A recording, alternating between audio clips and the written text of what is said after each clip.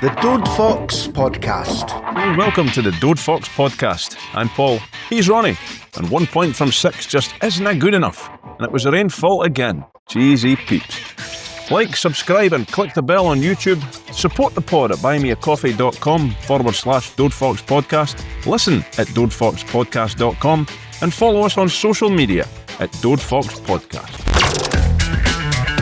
Coming up on this week's episode, the week that was, Livingston review, good, bad and ugly, loan report, women's team, the Tannadice Test, and on this day with the Arab Archive. It's all coming up on episode 304 of the Dode Fox Podcast. Hi, you're speaking to Nadir Chifchi. You're listening to Dode Fox Podcast. So welcome back to the award-winning Dode Fox Podcast, with hoping to get boys on tickets on Friday, Paul McNichol. And yet again, ready to throw technology out the windy, Ronnie Costello. Honestly, Sundays are not for me. No. It's something's just failing you for some reason somewhere along the lines, and I don't know why, Rondo. Paul turned up when I was naked.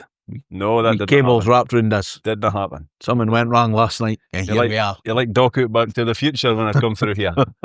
What is going on? I've no idea. I've got a big bright light now, though. It's shining on us. But Anwar Baldy Natlers. I can't. But we have made it work somehow, some way. Correct. And if by any miracle this will make it to YouTube and the usual places, for anything, for the kit behind us that we'll get to, that is what it needs to be on YouTube for. It doesn't matter for anything else. Could be a retro Barca tap you've got on. No, this is... You've went full cap on with the day. I certainly have. Another Italian manufacturer who doesn't make things for normal size humans. That's very true. So have you OD'd on Lemsip or anything yet this week? No, but I've been on I'm no big fan of the Lemsip drinks, but I do like the cold and flu tablets. Oh, aye, day and night? Yeah, Ooh, can't beat it. And dinner time, and tea time. Or as usual, it's going about. It's going about. Well, it is. I've heard it the week before. But I actually had the bloating nose, can't get rid of it. And I'm now trying to pad for time so I didn't speak about yesterday. Well, I hate to speak about yesterday, but the blocked nose was the opposite of my issue. Like I had Streaming. Ridiculous. No the best. No the best, Rondo. But here we are. Or you put that wee spray thing up your nose and it just flies back out like a waterfall. No, I'm not doing that nonsense. No? No, I've never done that. Oh, it's not your right. It's class. Is it good? Does it work? Does it help? But sometimes it just goes like you talk too much on it. It's like Too you get a fast. sneeze. Oh, Is it your ears or anything? Nightmare. No head, no. Oh, that would be quite something. But it's going about. It's going a bit. As my granny used to say. Yeah, it's going a bit. It's going about. As in what way? I think it's just going a bit. It's just going a bit. Yeah, it's, We are ken what that means. It's absolutely horrendous as well. And as usual, it's been windy for days and now it's glorious sunshine. So we'll no doubt be roasting in here soon. 20 minutes. I had that bad a morning, right? We hadn't going wrong. I lost track of a time. And for some reason, I got a big massive rip in my t-shirt because I caught it on the door handle. Were you pretending to be Hulk Hogan again? Definitely no. Hence the reason I've now got a t-shirt on that's not been ironed because I literally come out and I just had to throw it on. Yeah. Okay. I barely checked if I've got pants on. Probably no. And I've obviously got my Crocs flip-flops on. You're awfully jealous of. There's many things I may be jealous of in life. It's not a pair of Crocs. Les. The week that was, it's packed. It's been a busy week off the pitch. We'll start with a new member joining the loan report as Miller Thompson has headed up the A9. Spoiler alert, started his loan off pretty well yesterday. He did, yeah. Is there any truth in the rumour he was sent up there to retrieve that bath the last year? Well, if he found that, he stuck it in the net. He did. Yeah. He did. No, It's a good move, that. Yeah, it's a good move. Well, he needs to play, doesn't he? And if he's not going to play here... he may as well go and play for Dundee United B. Yeah. There. I mean, I do find it a little strange that he was one of the first to go out rather than, I keep like a broken record here, Scotty Constable or Sam. Like I would have thought Miller was possibly nearer getting minutes than they two. But obviously a decision has been made. He's went there and, as Ronnie said, spoiler alert, like he's played. So you just want him to get some game time. If he's not going to get it here, then by all means send him away. Is he out of contract at the end of this year, or quite possibly? I think the flip side of it is, and this is where it comes down to squad depth. Yeah, Like when Kai Fortnum went, got a bit of a fee for him. I didn't play much last year, but when he was called upon, didn't like you doing, played in big games.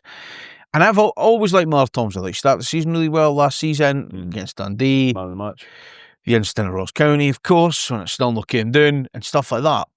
But, and I suppose that when you do look at, like, even with the options yesterday, when things change and you look at Trapanovski's back in, you've still got another sort of central striker to come in. You've got Dolchik out wide. You've got Fatah out wide. You've got Namo that can play up there. So there's a lot of options, and maybe it's just been like, go play games, you know, and take a run of it. And if you are out of contract, we need to double check that. We'd be lying if I said we knew definitely. But then either go and give yourself a chance to come back all guns blazing with another 30 games under your belt, because he's going at a good time. It is October, but up there'll still be sort of a fair few games to play. Yeah, if he does well, he'll be in the team as well. I just find it a bit bizarre that the agreement that we've put in place now is one where we can give Airdrie 3 players that aren't really getting a sniff because we could recall them whenever we need them, but we've not really needed them yet. Yes. And that's no slight on these boys. Like Miller Thompson, I would think is maybe a guy that I would have put into that category. Well, if he wants games, he can go to Airdrie and get games, but if we need him, which we might, then bring him back. But is he there a season? I think so, yeah. Yeah. I'm not saying I disagree with it, I just find it a wee bit strange. That's the option. As the opposite then, that he's going there, but he is going to a team top of the league as well. Miller is? Yeah. They're bottom of the league. Sorry. They're bottom of the league. The bottom league. I've got myself completely mixed up. Yeah. I was more thinking, I'm trying to think on top of my head, the team that should have been top of the league, given all the players they brought in, all the boys who can, you know. And it's a long season. If they can string some results together, then there's nothing to stop them from getting themselves right back in the title race. They've only played, 6-7 games or something like that, maybe a couple a weekend, what that league's that about. Of course. And teams can go on good runs, and like, you just hope, the fact that we've now put him there for the rest of the season, you just hope that he gets a really good run of games, because when we loaned him last season to Falkirk, it was very bitty. He would come on for the last 15-20 minutes here and there, and like, again, that's not really any good. You need him to go to a team where he's going to play pretty much every week. I'm just looking at the contract, see if we can find it. He's either out of he got a 3-year deal, but I can't remember when he got it. So 2027. Right, so he's still ours come the summer. Yes. So that's the hope and the belief has got to be that he's going to go there and he's going to kick on to the next level, because he's undoubtedly got something, but we've just not seen enough of it. Still, yeah, I signed a 3-year deal in 2024. We spoke to, spoiler alert, but because there's an international break next week, something might happen, but about loans and age and stuff and getting out there, it was discussed. But I'm just looking at Miller, he's only 21. Yeah. And Abdi develops at a different rate. No Abdi can be Lamine Yamal in Barcelona's first team at the age of 15. Some people, it comes to them a wee bit later, but Miller he's certainly shown previously to fans that he does have something. Lamine Yamal, Permans and Limakla. So yeah, we wish him well, and we'll keep up to date, obviously, on the loan report. Do you just want me to blitz through the international call-ups? Go for it. Frenchie Kamara's been called up for international duty. Yuriyuvu has been called up for the Moldova squad. They play 2 easier games, I think, than the big pumping they got the last time. Yeah. Well, they do play at Romania, but they may face the striker that likes to foul his man before the ball drops to his head. Brian Graham? No, him. So that's covered. A really small country in terms of size. I've no idea. The Estonian Jesus. Is he still playing? Henry Anya. It's Estonia. It's basically what we're getting at. I bet he is. I bet he's still playing like 40 or whatever. But they play them. Cleo Hardin, Thompson, Adams, Scotland under 21s, played Gibraltar and Azerbaijan. Do you know where they're playing Gibraltar? Italy. They are playing Gibraltar at a wee place called Dens Park. Oh, okay. Thursday at 5:30. I'm getting my international call-ups mixed up because I can some of them are heading to Italy. Yeah. They're playing at Dens. Playing at Dens, yeah. Oh. And it's on Thursday. It's an earlier kick-off because the big team play on Thursday Do night. they dugouts meet UEFA requirements or FIFA requirements? I have no idea. Any requirements other than the bus shelter Who requirements? knows? Hey ho. Who knows? But they're playing Gibraltar and Azerbaijan. Amar Fatah, Dario Namo, they're being called up for Sweden and Finland's under 21 sides. An interesting one, Alan Temple broke a story on Monday. Will Ferry and Zach Satsford were actually in the provisional squads for Ireland and Australia. Just missed out on them, but it's good to hear they were at least in that sort of contention. I think Will Ferry's got to be in or getting closer and closer to I can't say I ken a lot about Ireland's team. Shane, that's I can't say either way because I ken nothing about them. Yeah. And the only thing I ken about Australia is that Martin Boyle, he's in their team. Chose the boy Iredale, Hibs. Different position, I'm thinking Merford's Satsford's position. I don't care what else they've got up front. And he doesn't glue his head on or hair on. That could be a whole episode on its own, Rondo. We'll maybe do that for 350. We'll get Boyle on as a guest. Wow. Speak to us about that, Barney. Will ya? I'd pay for yours too. We'll do it and Max Water, similar return timescale to Ross Graham, 6 weeks it's looking like, and Owen Sturton still absent due to being grounded to the end of October, for absent in November. Some people call it a foot injury, we just call it being grounded. It must be a bad foot injury though, eh? Like if it's, and I'm not... You go around panning Windies in, that's what happens. I'm not kicking Windies in, you injure your foot. Not disputing it, but like, it sounds like a broken foot to me. Like if he's been out for the Kilmarnock game, that was weeks ago now. Yeah. And he's not going to be back for another period of time. And to go back to what you were saying about Sam and well, I'm going to mention Sam, Scotty Constable, Calvin B due to the co-op, Airdrie, what have you. Obviously Constable and Sam on the bench yesterday. And again, you think when Max and Ross Graham and Owen Sturton are back in, I think that's where you see these two at Airdrie. Yeah, maybe. I'm not really sure I understand this whole co-op agreement because during the week the club were releasing, as they always do, some training pictures and you were able to see them three of them at St Andrews, and I was thinking, but surely they can't just be training with United and then rocking up. No, they're part-time, aren't they? They're full-time. Are they? Sure, are they? Well, I think because it's the co-op then, there'll have to be some sort of agreement. But we've heard that with loan players, people we spoke to before, when they go on loan, even if they're part-time, they only go once a week. They don't go twice. They literally go one night a week. Yeah, but that makes sense to me because United are full-time, so just stay here and train, and then when they're training, if it's Arbroath or something, they're training on a Thursday night, for example, then go there and train with them. But Airdrie are full-time. I mean, maybe it's a case that maybe like when they are going to be more there, they maybe do train with United a couple of days and go there a couple of days. I don't know. Fuck knows, Ron. Fuck knows. Who knows how any of these things I'm not sure weekends. No. I mean, we won't see what the results are for another couple of months. Yeah. Obviously, they're having a tough time of it. I did see Lennon out shouts yesterday, and it wasn't for Neil. No. So that's always great. So it will be interesting because they are at the wrong end of the table, fighting with that team I thought was top of the league. Yeah, they could probably do with 3 half-decent players going to them and helping them out. So, yeah, we'll see. I'm just not sure that in fact, I'm certain that I didn't understand it yet. But to touch on, obviously, Max Waters and Ross Graham, 6 weeks, looks like now. Well, hopefully we'll get them back just a wee bit before that. But then we've got that many breaks. They'll only miss about 3 games or something, will they? Yeah, well, 2 weeks' time, it's for Rangers, St Mirren's the next home game. Then we'll miss a game because of cups, and then we'll miss... No, it's a midweek game.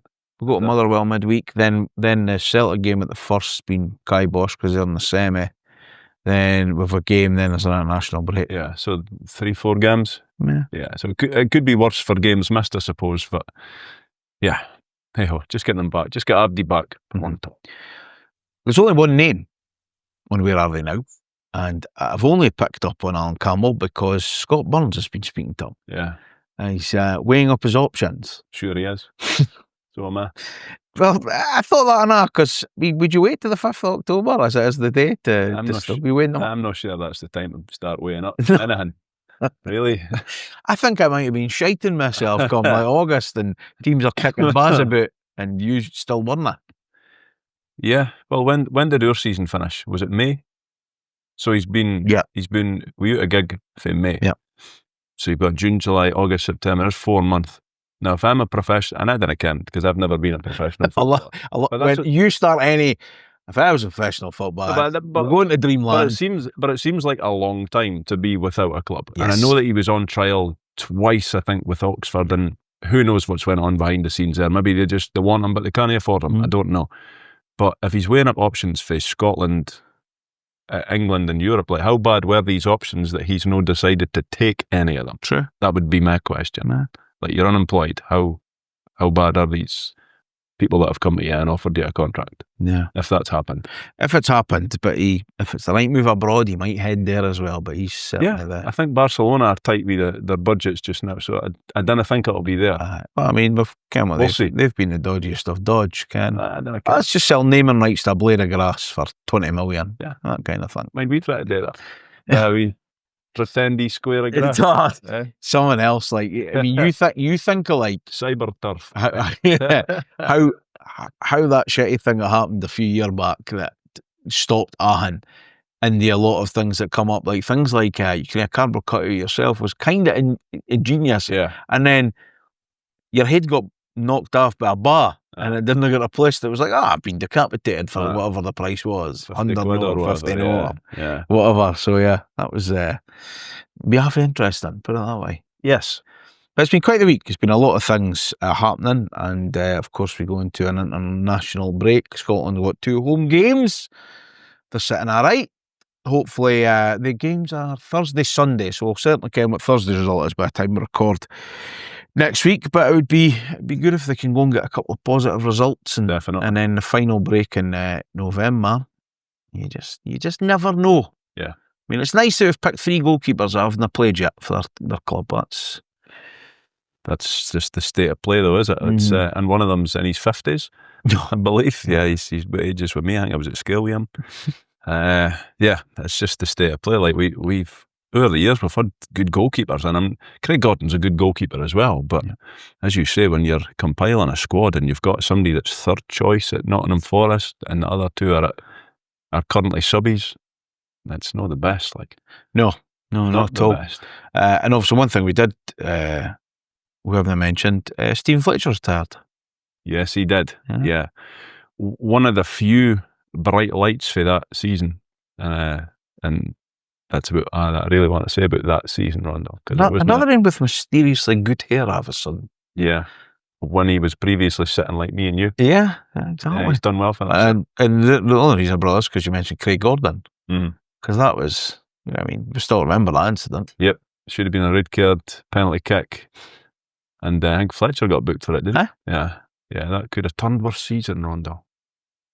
Might have stayed up. It's in that cup. That is Russian water. That is pure 55%. Something said he wanted to see us necking it, so here what I mean, if you could some incredible takes on this wee thing we call a podcast. Well, thanks for listening. It's been a great episode. Yep. 2-3 weeks on the bounce here, obviously. Brilliant, absolutely class. As the wind was hooling up over Thursday and Friday, I was thinking, I wouldn't be against this game being half the morning. Nah, like if it had been the way it was Friday evening, certainly, then you couldn't have played it. No, you couldn't have. Yeah, it was wild. Sadly, it dead doon. Yes, it did. Dead doon. It did. I was at a distance yesterday, obviously, in the police box, so obviously between the George Fox and the Norman Jameson stand, and the display team had put up their display, obviously, names, numbers, and I couldn't really wear, I didn't have my glasses on or anything, so I saw it on the camera, so I was like, that's pretty tidy, that. Yeah. And I saw a really cool photo of it last night. Yeah.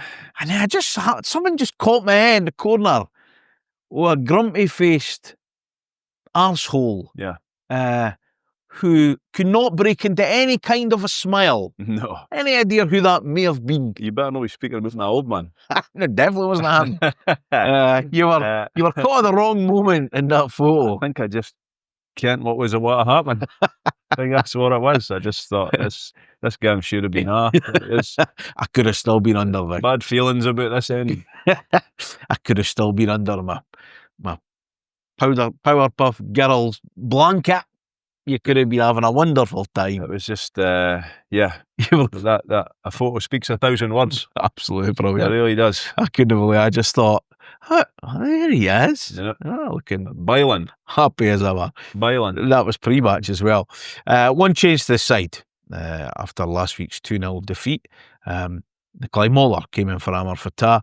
Zach Satsford moved to the left, stayed 3-4-3. I did say last week I fancied a double change. And I did say I didn't think he would change it. But one change was made. Yes. I suppose for me, the biggest surprise was still we were going with two in the middle of the park. Yeah. That was my only surprise. I just thought, last week I thought it gave a wee bit of a different dynamic.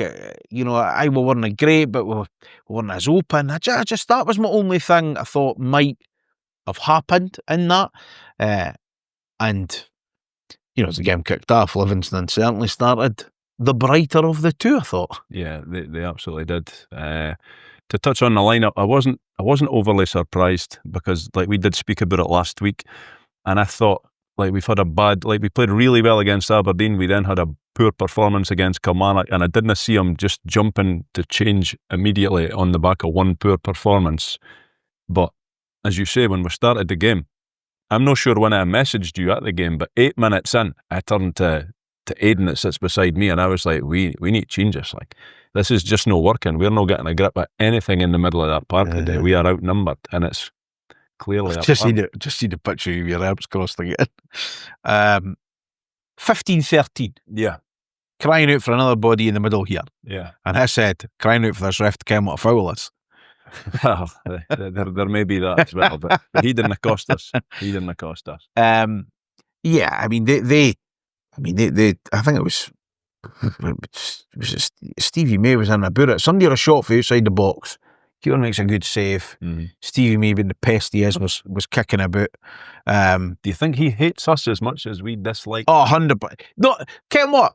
You'll hate it. He'll love playing against us. Yeah. He just will, eh? Yep. He just will. He loves sliding tackle goalkeepers. Yep. He loves just being a pain in the arse. We've spoke to Butch about it.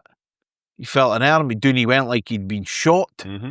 Ken, he's the type. I mean, we were linked to him before, haven't we? We've been linked to him a couple of times. I think when he was at Aberdeen, yeah. And you used to say he slept under a bridge and the clamp, but he's one of them pain in the arse strikers that sometimes I go, that's a type we need, about a fucking horrible. No chance. No, it's him or Curtis Main. Why are you signing? None. No, you've got to sign one of them. I'm folding the club. That's it. I'm taking this bottle of Russian vodka. I'm a Ranger zing at my team. Oh, I'm telling you. What I say, you'll be there fun. I generally just think he'll love playing against United. Yeah. Especially at Tannadice. Yep. Because he probably can with that. He'll have good experiences and good memories of playing against United. Oh, yeah. Sadly. That's just a fact, is it? Some players just do. And in fairness to him, I thought he was very good at what he was doing yesterday, but he is the sort of player that a lot of the time I look at and think, I'm really surprised that he's made it to the top level here. Yeah. But he has. Yeah, it was Lewis Smith had the shot, and then it was Esselink stopped May getting on it. There was a really nice ball in, even Dolchik played in Moller, and I think he maybe just saw his name on the scoreboard and scared it, but he was putting himself about a wee bit. I was playing against Dundee's own, that famous Dundee band, Danny Wilson, and the big giant 6'4" boy can't stay on his feet when he feels a bit of pressure. I'm sure we'll get to him when we mention the ref, which we will also probably get to. Oh, but Moller, for me, he's got loads of lovely touches. He looks very cultured, if you will, but he needs, when you're up there, you need to be more of a threat to the goal. And he wasn't really a threat at scoring a goal yesterday, I didn't think. No. But he can bring others into play. He could hud the ball up, but he just didn't look like getting on the score sheet. No, but it was a nice wee bit of play for that. I think Vichko then has a go as well. And then, you were crying out for it, a change was made. Yeah. 25 minutes in. I think they might have a chance round about that, but neither goalkeeper had been tested, but certainly the change happened. Jovo went off, Eskilsson went on. Did you see him when he was going off? He was like that. I can only assume. In his mind, he's like, I think they've put the wrong number up there, because that's my number, and I'm the non-wrong.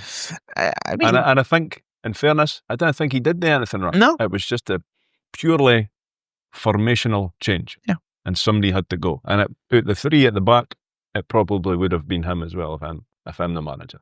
yeah, and it's a change we've seen happen. Yeah.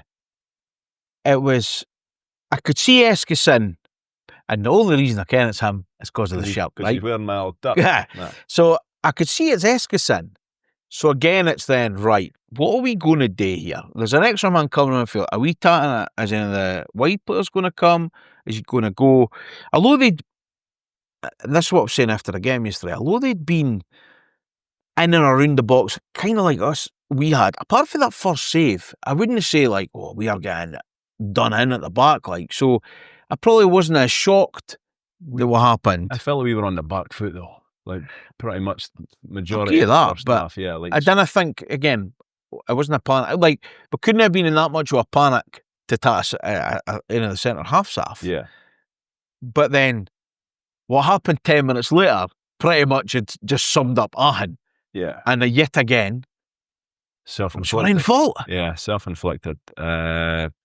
Just, it's easy in hindsight, isn't it? But as soon as it happened, you're like, how did he not just kick it out the park? Regroup. Yeah. But then when you watch it back, it gets even worse. It's comedic. Like, obviously, Bert, who's been excellent for us, he wasn't great yesterday, but he has sold the jerseys with the short back pass. But my question is, what is Tannadice doing?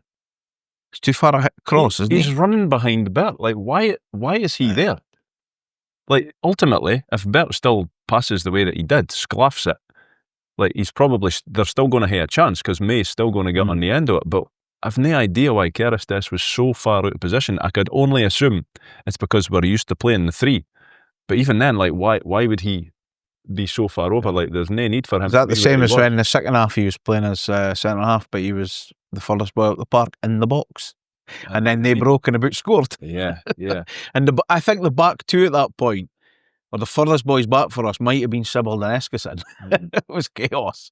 But yeah, I mean, you were obviously looking to watch it this morning, so we sorted that out, and you were what? And I literally just watched the goal back again, and you just went, ooh, Yeah. And I mean, it doesn't need us to tell Bert. Oh, and he could play 100 more games and no day that. And I mean, I think the second half he was certainly better, but the first half just wasn't going for him, and simple passes and The first half wasn't going for anybody. That's Ronaldo. true. It wasn't going for anybody. We were really, really poor, I thought, in comparison to what I believe we can perform at.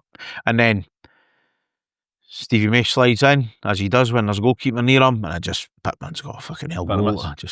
Yeah. Praying he would though. Yeah, but you can't miss. It's an open goal. Praying he would Miller Thompson it. It's a gimme, and yeah, like you saw Bertie's head in the turf. Like, we are can't, did we? Like, I think Tannadice has turned around and shouted at him, but like it's one of these situations. The boy that's made an absolute null hunt of it doesn't need reminded that he's made an absolute null hunt of it. Abdi Kent, anybody that witnessed it was clear in what was at fault there. Yeah, they just got stronger and stronger, I thought, as it went on, and they had a couple of chances. 5 minutes before half time. How the boys header, I didn't care what he's obviously going for goal, but the option's to put it across the goal. But I hit the side netting, at an angle. I wasn't sure. Yeah. Because you're 1-0 down, Abdi's getting frustrated, players are getting frustrated, managers clearly frustrated, fans are frustrated, and it's like, that's just not what we need. No. We don't need this going at half time. No, absolutely not. And we were riding our luck a little bit at that point, but then right on half time, maybe even in injury time, Vichko, he's got to score. Yes. Got to score right up at the other end. Like the last week, he had a header that he probably should do better. This week, he's got to score that. He doesn't even hit the target. So he's getting himself in decent positions for these set pieces. But ultimately, if you're not going to hit the target with him, then it's no good to her. Yeah.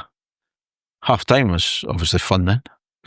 Yeah. No, the conversation was like... Impeccable timing for Martin to turn up. He showed up about 10 minutes before half time. Just as they were scoring. Yeah. Tell me. Yeah, so the conversations at half time were like, this is stinking. Like, I think people were probably of the opinion that it was the wrong team that started the match. And I think Goodwin himself would probably concede that much because he made the change so soon. And you could argue, or I would argue, maybe he could have made it even sooner than he did. But then he's rectifying that. So, like, you've got to give him a wee bit of credit for that. But it's... I think the thing is as well, you've probably watched managers in the past wait to half time, you know. Yeah, but there's been a few times. I can go back to as far as Livingston away, and he took Sheep off. Sheep was on a booking, and he was on a booking and should have been sent off. Yeah, but Andy was getting roasted for the boy Newbley away at Livingston.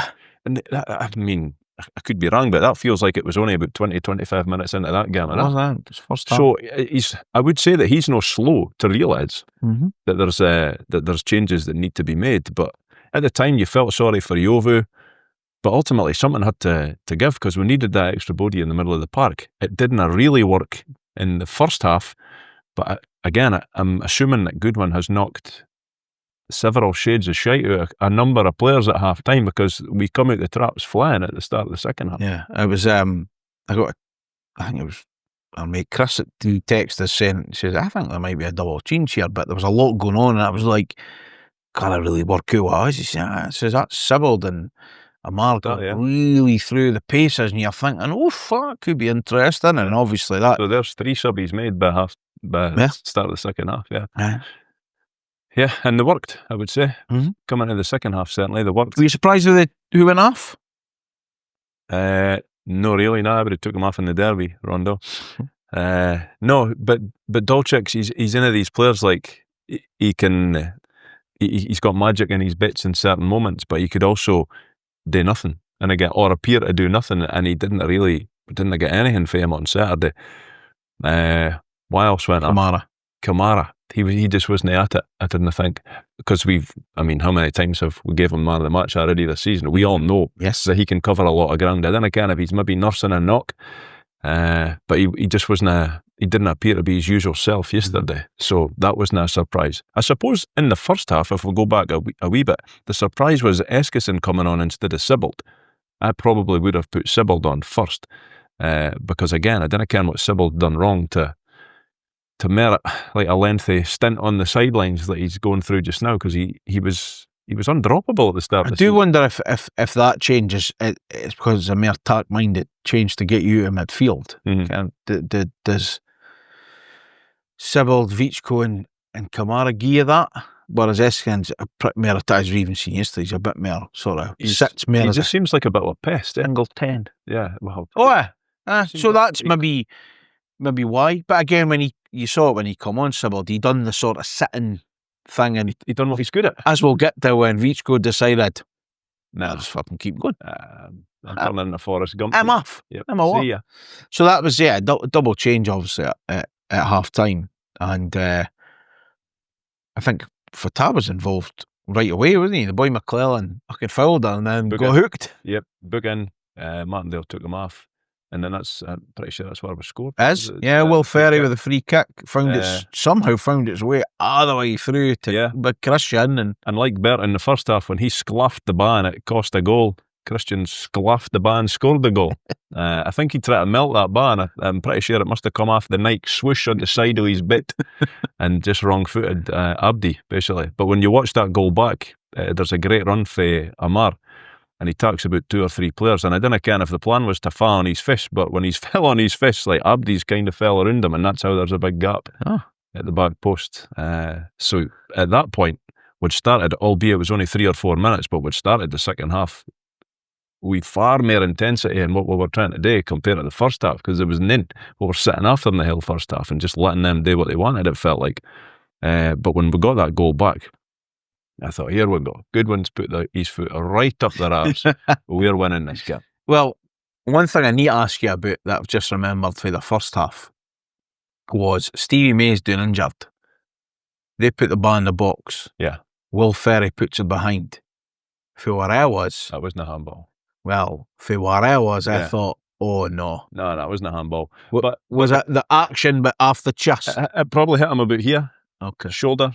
But the funny thing about that was, it was only Will Ferry that was pleading his innocence. I didn't even think any of them shouted for a penalty. You're like, what are you bringing attention to this for? You arsehole. Stop it. But nah, it wasn't a handball. No chance. Again, because of what I think you were thinking, oh shit. But you could understand why Will would have been like that. Oh, because I've seen these given, or worse. But nah, no for me, it wasn't a handball. Okay. Will Ferry, speaking of him, he stuck a really nice ball in for Moller, but he just couldn't get enough on the header. Yeah. But I certainly think we were really on top at this point. Yep. Ken Amar was causing a wee bit of bother down that side. He's hot and cold, isn't he? He's like your... He had a really nice flick round the corner that if the wind was blowing the other way, Yeah. I think the ball heads up for him. Yeah. Yeah. Yeah, no, He was caught again. I like him. He can go left, he can go right. Yeah. He'd be really direct. And Well, 3 minutes on the park and he runs at a boy, bits him and gets the boy booked. Well, in turn gets the boy hooked and then we scored for the free kick. So I like what he can bring to the team. It just needs to be a wee bit more consistent. Tramanowski came on. First time since Unastrassen. The last 20 minutes. Yeah, and he started the season fairly well, I would say. So it was a blow when he got injured when he did. So it was good to get him back because he's a guy that on his day he can make a difference. And he had the bit between his teeth yesterday. He was trying to be direct. Yeah, of course. Like he's nothing if not direct. Like that's what you want. Like there's people that level criticisms that I'm maybe being a wee bit too lightweight at times. But one thing you kind of say is he isn't direct and he's not willing to take a man on. Yeah. So yeah, it was good to see him back. Free kick. Will Ferry takes a free kick. Gets to Lucas Stevenson. His shot's well saved. All I can remember of this incident is Stramash. Yeah. What happened? It was in front of you. Just a Stramash, as you say, Rondo. Like it was Stevenson has fired it, and at the time you're like, oh, I was close. But when you watch it back, it's kind of straight at the keeper. Like the keeper could never have let that in, and then they were just throwing bodies on the line to try and get the ball cleared. I think before that as well, there was a shout for a penalty when Amars took a shot, and I think Pittman, it's possibly hit his hand.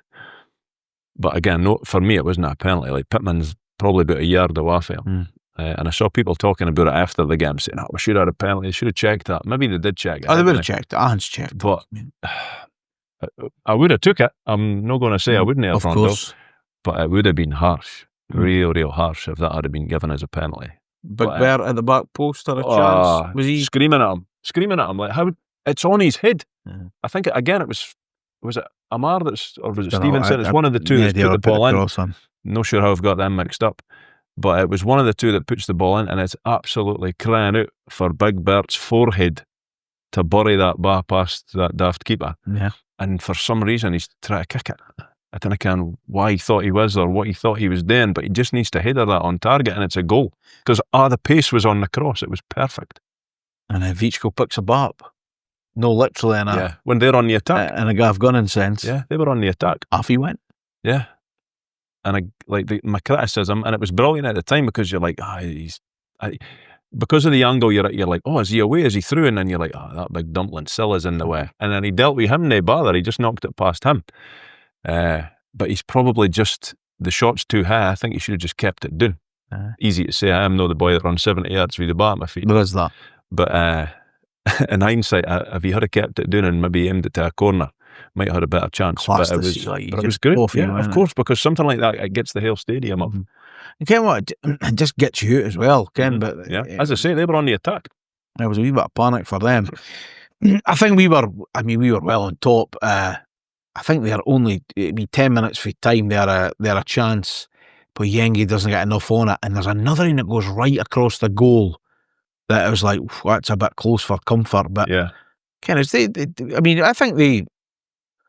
get XG if you want, like, but they had like nothing in that second half. Yeah, but I think again. But towards the end of the game, they started coming into it. The two chances were like, oh, Ken, it's no. It's not done and dusted here, lads. Of course. Plus it was only 1-1 at that time. Aye.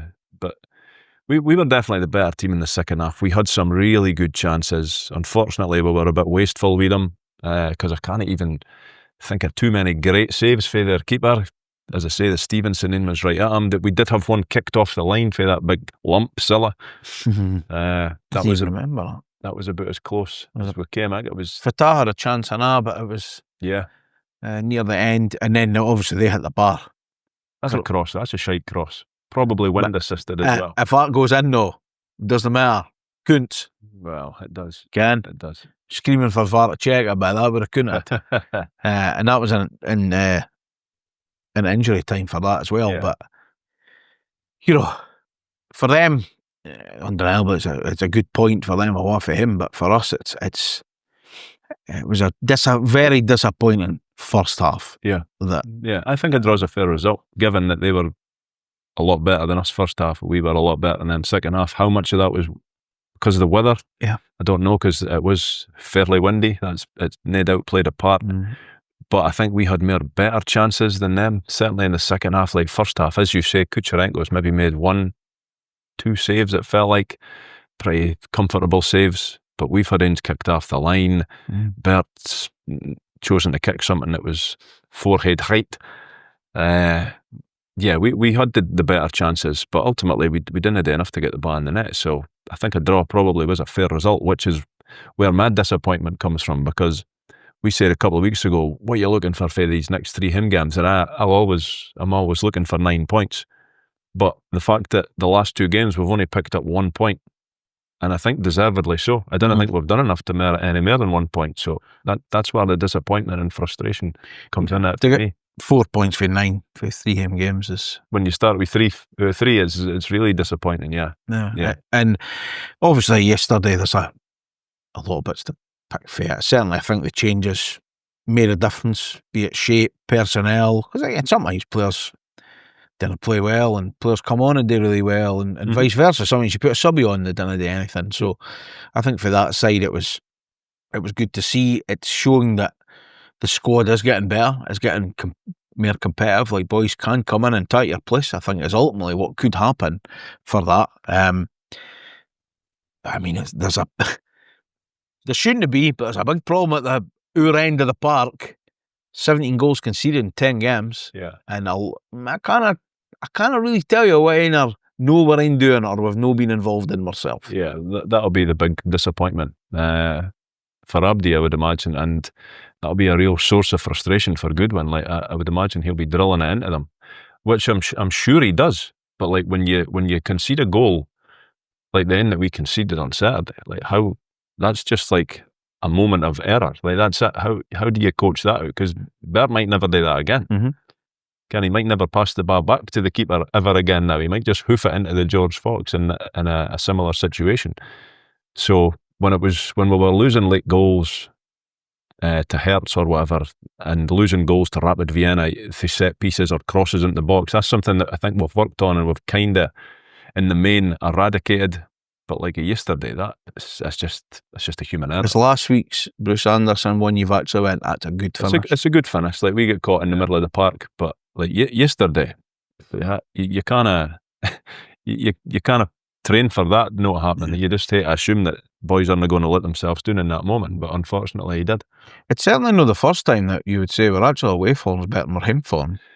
Yeah, and I think because we're away next, that might suit a wee bit better, because I ken that they're honking just now, but there can't be many out with Tannadice that thinks we're going to get anything there. The referee. Yeah, word placement, apparently. He's tall, He's tall. Not great. No, he wasn't great, but I don't think there's nothing that he decided match-wise. I don't think there were certain incidents and fouls and whatever. I don't think he's cost us the game. Like our own performance has cost us 2 points. Yeah, I agree. I don't think that we can. It's not like we were denied a clear penalty or somebody should have been sent off or whatever. But like the one thing that annoys me more than anything about modern football is when boys you just hate to do that to them. You just put a hand on them and they just collapse. And there's no worse offender at that than the boy Silla. and it's easy to jump on him because he used to play for them up the road, but like, it's not just him that does it. Abdi seems to do it, and there was one, and it wasn't him actually. It was in front of the Jerry Kerr linesman, and it was Livingston's left back. And I think it's when Stevenson got booked for rightly being absolutely apoplectic about it. But I didn't even think he's put a hand on the boy. The boy's just collapsed, and he must have done it about 2 feet away from the linesman, Rondo. And it was the linesman that's flagged to say that's a foul. And Stevenson's just booted the bar against the advertisement board, which has actually then returned the bar to where the foul would have been anyway. So he's no kicked it away. And the ref was there and booking him. And you're like, you guys, the officials have caused this booking. No wonder Stevenson's walking away shaking his head, because that's no a foul. You're only 2 feet away from it. You shouldn't be getting that as a foul. Same when another lino gave the bar, was it? That wasn't it. No, and that was against Stevenson, wasn't it? No wonder he's spitting teeth. Oh, he was a great guy. You're up against it, like you really are. But these things are happening all the time. And as I say, yesterday's result wasn't it because it wasn't flagging for a bar being out when it wasn't, or for the ref being absolutely atrocious. It's just very disappointing, the standard and the level that we're working with. It is, but it's and as well, nobody's surprised anymore though. Like, referees need chances. I get that. New referees need chances. Yeah, but it seems to be the more experienced ones these days are on VAR, and they're getting these boys. And as you say, you kind of just keep them on the shelf and then bring them out for an old firm game in 3 years or whatever. Well, it's like that. That boy yesterday doesn't get the Edinburgh Derby last night. No, Nick. And he gets I'll just go into United. Yeah, but somewhere in the offices of the SFA or whatever's in charge of the refs, there will be a list. Like, they'll be like that, right? Oh, this boy, he's an up-and-comer, he's maybe done all right, and there is, we can't give him this game yet. He's going to hit earn his stripes. He's going to hit a day at a Motherwell St Mirren, a United Livingston or whatever, before he gets a sniff of a derby game. Yeah. No, I certainly don't think he was today, but there's a lot of wee things you just go... Every week though, Rondo. Huh? Every week. But, I mean, that the bugbear of the hand in the back and going down, but... Still as a player, he gets caught in possession an awful lot, but as soon as he feels somebody breathing next to him, down he goes. Because it works. And you that's just why look he does and go, it, because it works. How? Like, that's when I'm sure the refs know the laws of the game better than me. I'm sure they do. But see, I ken what a foul is and what a foul isn't. And a lot of these times, fouls are being given for things that just aren't fouls. Just because somebody has been grazed and decides in his 6'4" frame of a body to collapse his legs and fall forward, usually on the bar, so that you hate to stop the play, that to me is never going to be a foul. It's cheating. Yeah. It's cheating. Yes. But they get away with it. And not only that, it's working. Like, they're getting exactly what they're trying to get. They're trying to get themselves out of a sticky situation on the park, and they ultimately win a foul, pisses Abdi off, part for them, and it relieves the pressure on their team. Yeah. Given the first half and the half time, obviously thoughts it was loud at the half time whistle, certainly, given what the first half had brought with it. And obviously it wasn't good enough, but at full time, you're saying no expected, but it was probably the fairest result at the time, but still disappointing. Yeah. And I think I genuinely say a draw was a fair result, because we could only get the ball in their net once, and unfortunately we sell the jerseys at the other end ourselves, and we gifted them a goal. So like, you get what you deserve a lot of the time, and that's what happened yesterday. Of course, it's disappointing. Like, the thing is, there's no divine right. Even though I'm 2 weeks ago saying I'm looking for 9 points, there's no divine right for anybody to beat anybody in this league. You see that week in, week out. Like, Livingston have lost to Hearts with a last-minute goal. They lost to the Rangers with a last-minute goal. They've lost to the wee team up the road with the worst penalty decision I've seen this season with a last-minute penalty. Like, they've been in games. Like, they're name mugs. Yeah. But ultimately, as a United fan, I still feel like we should be better than them. We should, certainly at him, we should be looking to take 3 points for that. So that's where the disappointment comes from. Like, when you're looking at these games throughout the fixture list, and you're like, well, we've got to be aiming for 3 points against that. Celtic at Parkhead, that's a point. But Livingston at him, that's a 3-pointer. Any United fan that looks at that and views that differently, I think they're at it. Especially when we've had the fixtures, those 3 games as well. That's kind of, Aberdeen. Because we were all looking forward to that. Yeah. We were all looking forward to that. Like before, I think Killie will probably be the most difficult. And then yeah. But no, it's just not worked out that way. Like we were playing so sporadically, it felt like, and we were away from home a lot of the time as well. So when we got these next 3 home games, Aberdeen, Killie and Livy, everybody was looking forward to it. Aberdeen couldn't have started any better. We were in, the intensity was there almost the whole game. We deservedly won. We could have won by more. And then that led on to everybody looking forward to Killie. And we were flat. And we got caught out in midfield because they had a man extra. And if you're a critic of Jim Goodwin, you're going to say, well, you didn't learn nothing because you just put out this almost the exact same team.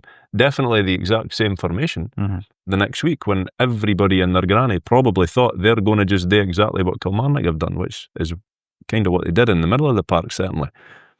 But it's just disappointing. It's just disappointing that we've had these 3 games at home and we've only taken, deservedly, 4 points for them. Davy Martindale, the same as last week with Kettlewell, has a type of striker he likes. He like to be tall, big, and even the boy, the subby strikers that came on was like, holy smokes here. But again, it's effective. I thought defensively, like Simon, the bar was in there, the keeper came and done what he had to do, which again, my boys are still on edge after the Hibs sort of thing. But yeah, again, I think they've learnt from that and worked on it. I think in most situations we defend all right. Yeah. But in other situations we massively are letting ourselves down, and that's reflected in the fact that you said that we've let in 17 goals in 10 games. Yes. That's terrible. That's not great. That's Tony Docherty levels of incompetence when it comes to defence. No, well, there is that. Man of the match? Christ. I think it was Christian that got out of the game. Yes. Yeah, like... And the beer flows in some of the... I know. areas. No, but he was pretty good, but I can't shake the image of him chasing Bert at their first goal. Like, what are you chasing Bert for? He used to a playing pig.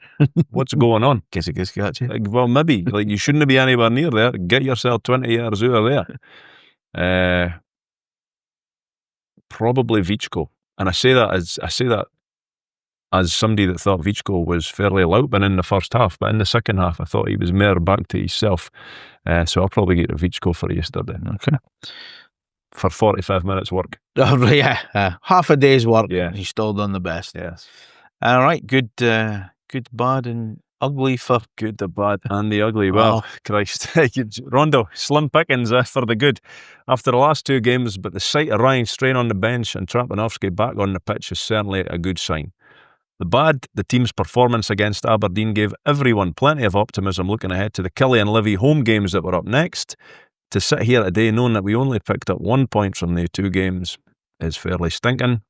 And the ugly this weekend is our home form. We've only won 2 at home so far, Unastrassen and Aberdeen, and that must improve if we want to achieve anything this season.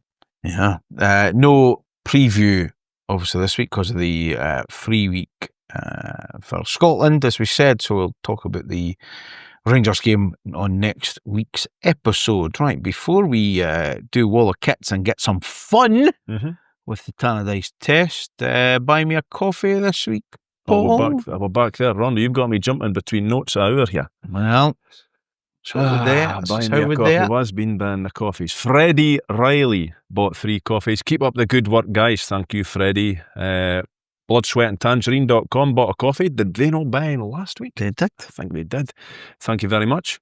Matt Wardrop, who I'm going to mention in a wee bit, bought 3 coffees. Enjoy hearing Paul's dulcet tones behind me and the Eddie Thompson and in my ears on a Monday. Oh, name mention a Rondo there. Perfect. Good stuff, Matt. Keep up the good work, lads. Sam Ingalls bought a coffee. Keep up the good work, lads. Paul, can you please ask about Rondo's Bobby obsession from last week's episode? Counted 3 Bobby mentions in 45 minutes. We'll get there, Sam. Just to say Bobby. Arab Rocco, he says something that rhymes with rock. Arab Rocco Bought 3 coffees, older half of Arab Rocco, matching the younger Shanghai-based half's coffee purchase last week. Even though he was upset at you calling him Arab Rocco, now he knows how Max Waters feels. Keep up the brilliant work, lads. Your podcast musings following a disappointing performance is like a form of therapy for us all. Shed rule. East Fife Arab man bought 3 coffees. Mondays wouldn't be the same without you guys. That's a Dode Fox fact. Indeed it is, because Mondays would be perfectly fine with you, I'm sure. Isn't it great we signed Bert and Ernie Eskison? Just hope the rest don't turn out to be Muppets. Thank you very much, guys.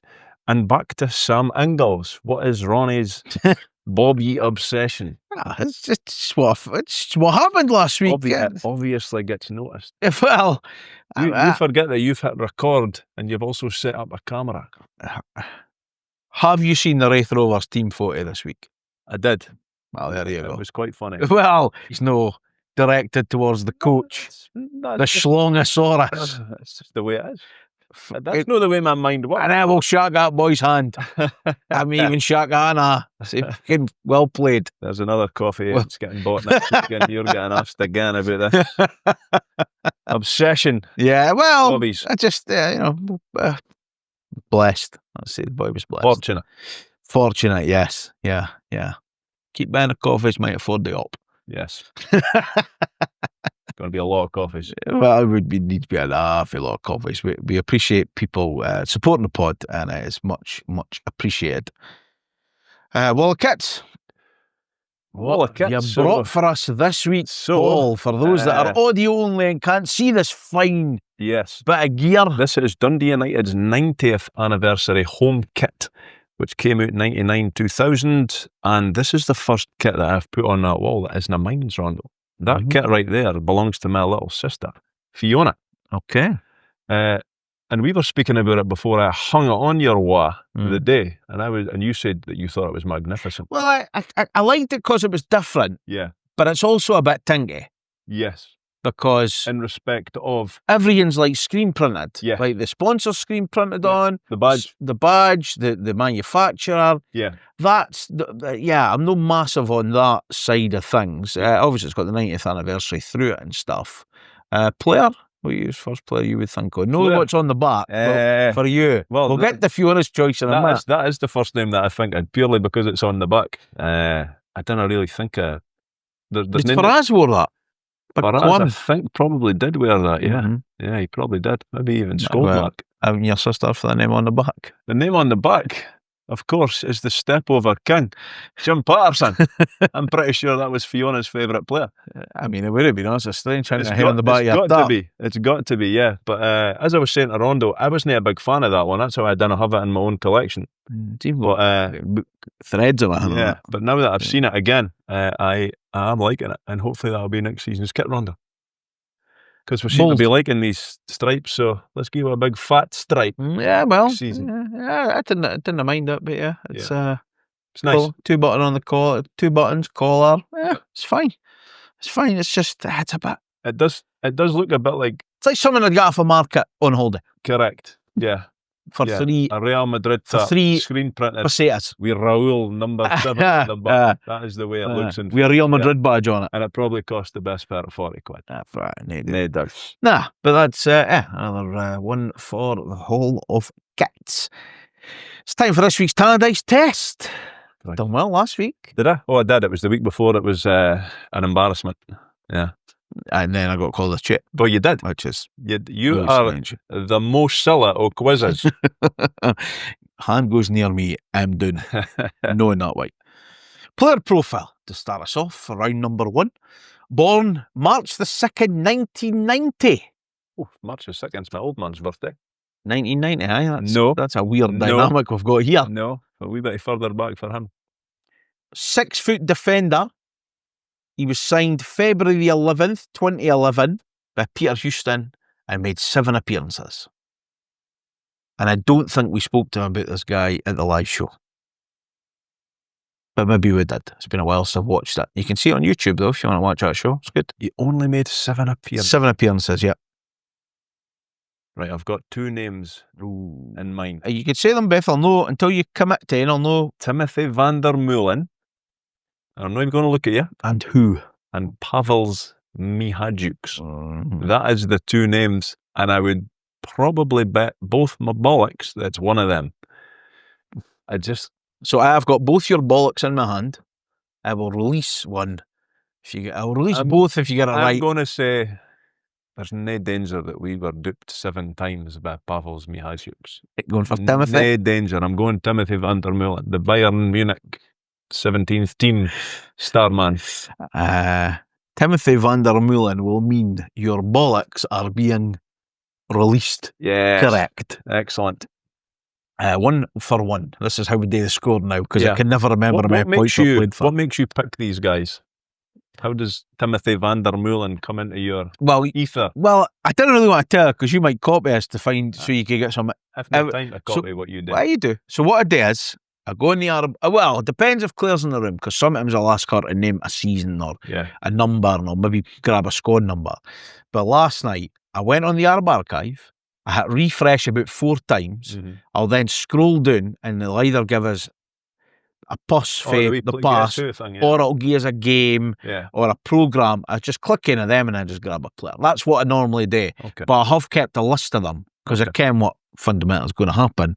I'm going to end up doing somebody that I've already done. And I'll probably get it wrong twice. Which is hopefully what happens. Round number 2 is higher or lower. Lucas Zaluska kept 20 clean sheets in his 63 appearances for United. Is Guido van de Kamp's clean sheets higher or lower?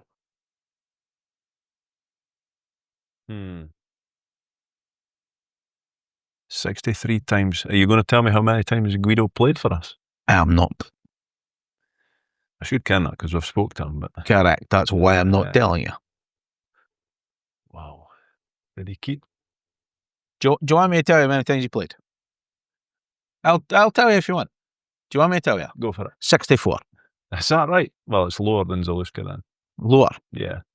So Stab doesn't get an extra point, many. 13.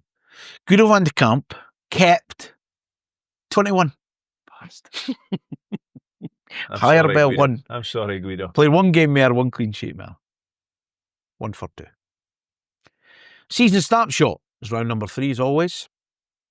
What had begun with optimism and hope that United could continue the progress made the previous year would end up being statistically the club's worst season since before World War II.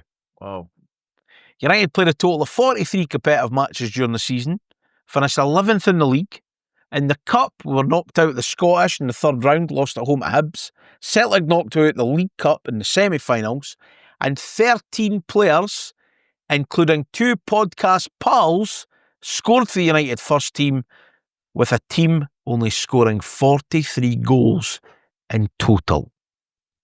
But what season is that a snapshot of, Mr. McNichol? Finished 11th. So I was thinking the Alex Smith season, first off, which would be, what year was that?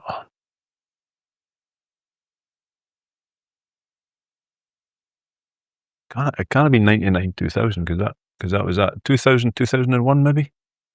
You commit? That's what I'm committing to. I'm not confident now, got to be honest. You are correct. Wow. To not be confident. Yes. 2002, 2003. The 2 podcast pals, I can't imagine. Charlie Miller's one of them. Yeah. That had another clue, but there was a lot of clues I didn't put in. McConaughey, maybe? Or Mark Wilson, possibly. Yeah. A player for United, I'll need to double check this because it could be Dose Fox podcast fact territory here, was sent off twice, didn't get booked, and I didn't think he scored a goal. Wow. That season? Mm-hmm. Sent off twice, never got booked. And I didn't think he scored, and that's what his job was. Fucking shite. Hopeless. Well,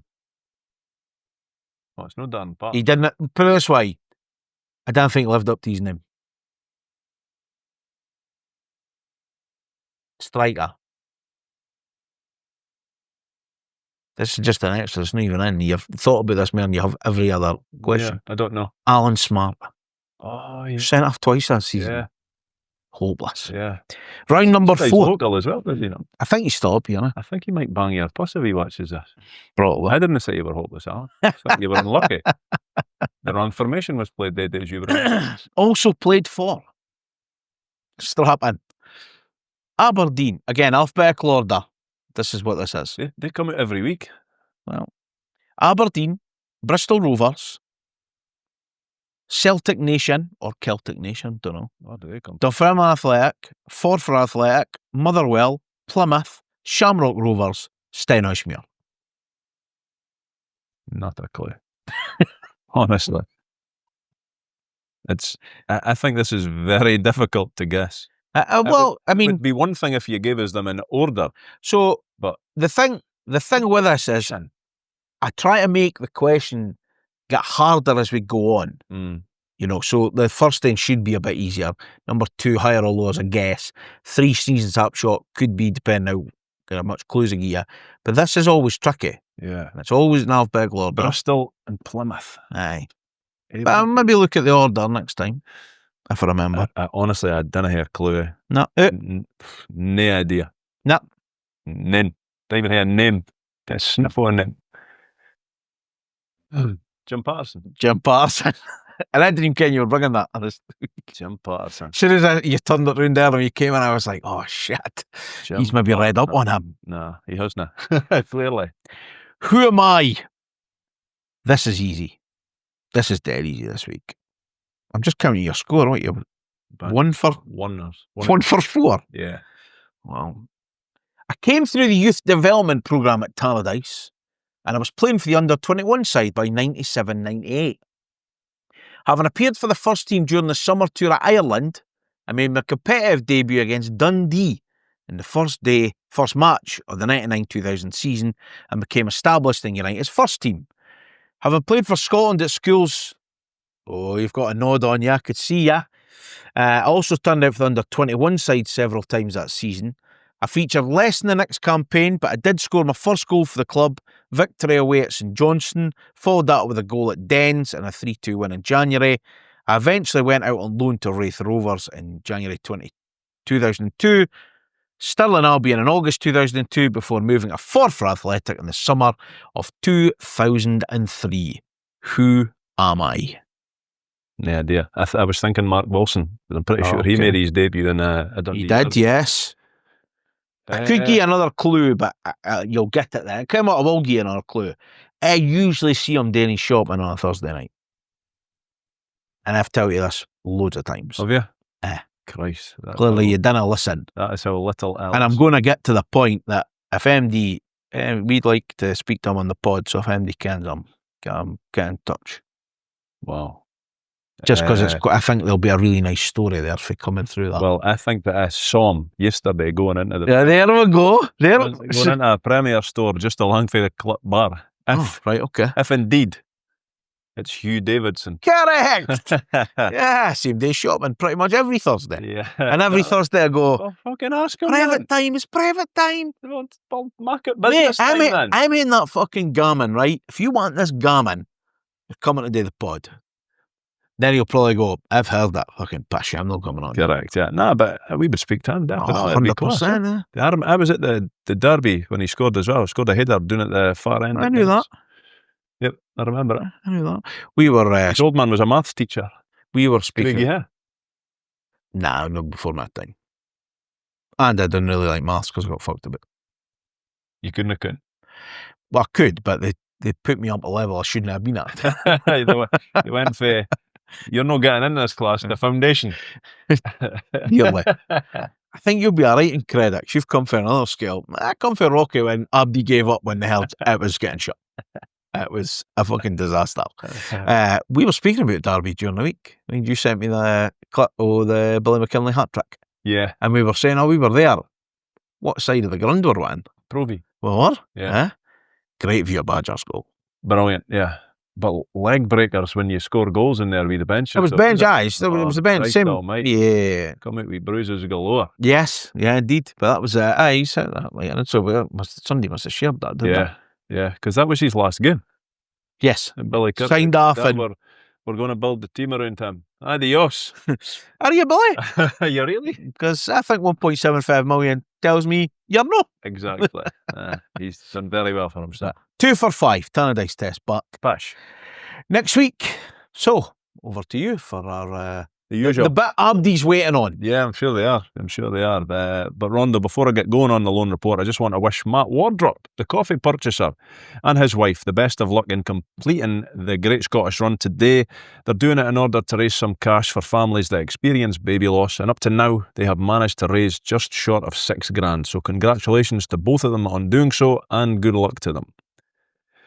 Miller Thompson at Ross County. Miller would have an excellent debut for the Staggies on Saturday up in Dingwall. He'd play the full 90 minutes, he'd score a goal, he'd clear one off his own line, and ultimately, he'd help his side to a 2-0 win over Wraith Rovers. Job's a good one. Nobody played for Airdrie that means anything to us, so there's no mention of them. Rory Adams at East Fife. It was East Fife versus Cove at the weekend, which meant it was Rory Adams versus Lewis O'Donnell. Both would play the full 90 minutes, with Rory's East Fife coming out on top 2-0. It would be the big man's first clean sheet of the season, and for Lewis, it's great that he's getting plenty game time, but his team appear to be absolutely honking. 9 games into their season, and they've still to win a game. Charlie Dewar at Alloa. Another 90 minutes for Charlie, but it would be a bitter blow right at the end of the match. A game that was played in brutal conditions was won by Queen of the South with the last kick of the game. Lewis Haldane at Cowdenbeath. Another waste of a Saturday afternoon for young Lewis, as he does appear to be the backup keeper at Cowdenbeath. One silver lining, however, would be that although his Cowdenbeath side were well and truly pumped 4-1 at home to East Stirlingshire, he would have had the pleasure of watching Jimmy Gomez, as he was the East Stirlingshire captain on the day. The Academy news this week, the women's team. Last week, the ladies were off to Airdrie to face off against Garth Cairn, a side managed by podcast pal and ex-United women's team manager Graham Hart. Now, I would have thought that a few of the United players would have liked to have gotten one over their ex-boss, and I'm almost certain that Harty himself would have been champing at the bit to get one over on the team that punted him, and one of the things did happen, Rondo. In what can only be described as a disappointing result, the wannabe Ouija scored a goal in each half to deservedly take all 3 points from the fixture. Susie Shepherd would have been spewing, and Harty was likely on the cans as a result of his afternoon's work. That result meant that the side are currently sitting in 6th place, which is surely a disappointment, and they have a free weekend this weekend before being back in action next week against Boroughmuir. On this day then, in association with the Arab Archive, preserving the history of Dundee United Football Club since 2006, giving me up-to-date information that Paul says is Les. 6th of September is our 6th of October rather is our focus today. Games in front of nearly 12,000 at Tannadice in 1982. That was a bit of a fiery affair in the League Cup quarter-final second leg. Both sides flying into tackles. Hamish McAlpine called in action early. Aberdeen hit the woodwork through Gordon Strachan, but the tie was settled on 72 minutes when Paul Sturrock fired home from the spot after Aberdeen. Doug Rugby was penalised for handball on the line. A hard-fought win that sent United into the semis. It finished United 1, Aberdeen 0. Motherwell were at Tannadice in 2007. United dominated for the off, but were repeatedly denied by keeper Graham Smith. Noel Hunt, Barry Robson and Prince Bobbin all went close in the first half, full of chances. After the break, Motherwell threatened through Stephen Hughes and Chris Porter, but it was United who finally broke through. With 40 minutes left, Darren Dodds rose highest to head in a Barry Robson corner, his first goal for the club, and secure a deserved win for the Shed. Signings. Billy Kirkwood's 7th signing in a bid to regain the club's top flight status after relegation went on to score 47 goals in 119 appearances on this day, 1995. Who did we sign? Can't mind. Gary McSwigan. Gary McSwigan. That's twice that you've mentioned him the last couple of weeks, and both times I've no managed to guess it. You'll get this in. 3 appearances, all off the bench, all away for him. On this day, 2021. Oh, gosh, what's his name? He played at Hibs. He played at Livingston. Yeah. You never seen him? Nope. It's him. Max Biamu. Max Biamu. I was thinking Max Bygraves. Clearly, it wasn't a Max Bygraves. Might have been better if it had been. What number did he hit on his shirt? Does it matter? 94. Was it? 94. What was the reason for that? Scottish Cup one. So how many minutes he played for the club? No, it was 9 maybe. Birthdays. A £100,000 signing by Alex Smith made 25 appearances before being released, and he is 45 today. Think you'll get that. Stephen Carson. How many times did he play for us? 25. Stephen Carson. I remember the name, but Played 100k. yeah. For Rangers? Yes. Yeah, I vaguely remember him. I can't actually picture him, to be honest with you. I'll but give you another one. here we go. Tommy McLean spent £90,000, but the defender only made a dozen appearances over 2 seasons. 56 today. Tommy McLean. I think you've mentioned him recently in the last couple of... No, Tommy McLean, the player. In the last couple of weeks. I'm sure you mentioned him. Got him from Millwall. I think he was a Fifer, eh? Can't think. David Sinclair. Oh, yeah. Age is he? 56. 56. Wow. I remember him at Wraith. Yes. And then went to Millwall. Then Yeah, but there was a few boys that went from Wraith to Millwall. I think Hartley was in them as well. Mm-hmm. Yeah, was it no Nicol? Jimmy Nicol was doing that. might have been. Sure. Might have been. Yeah. Makes sense. Does. Yeah, he wasn't very good at Tannadice again. But it didn't work. Didn't work out. That list's quite big. It's the biggest of lists. Right, episode 304 is done. 4 points from 3 home games. Meh. But we go into the international break. So come on, Scotland. 2 big, massive games this week. We'll, of course, be back next Sunday. It's an international break. You can make up your own mind what might happen. You can find out more, DodeFoxPodcast.com. You can follow us on the socials. We're at DodeFox Podcast. You can like, subscribe, click the notification bell on YouTube. Support the pod, buymeacoffee.com/DodeFox Podcast. And do have a great week. Stay safe. Don't forget to wash your hands and your arsehole.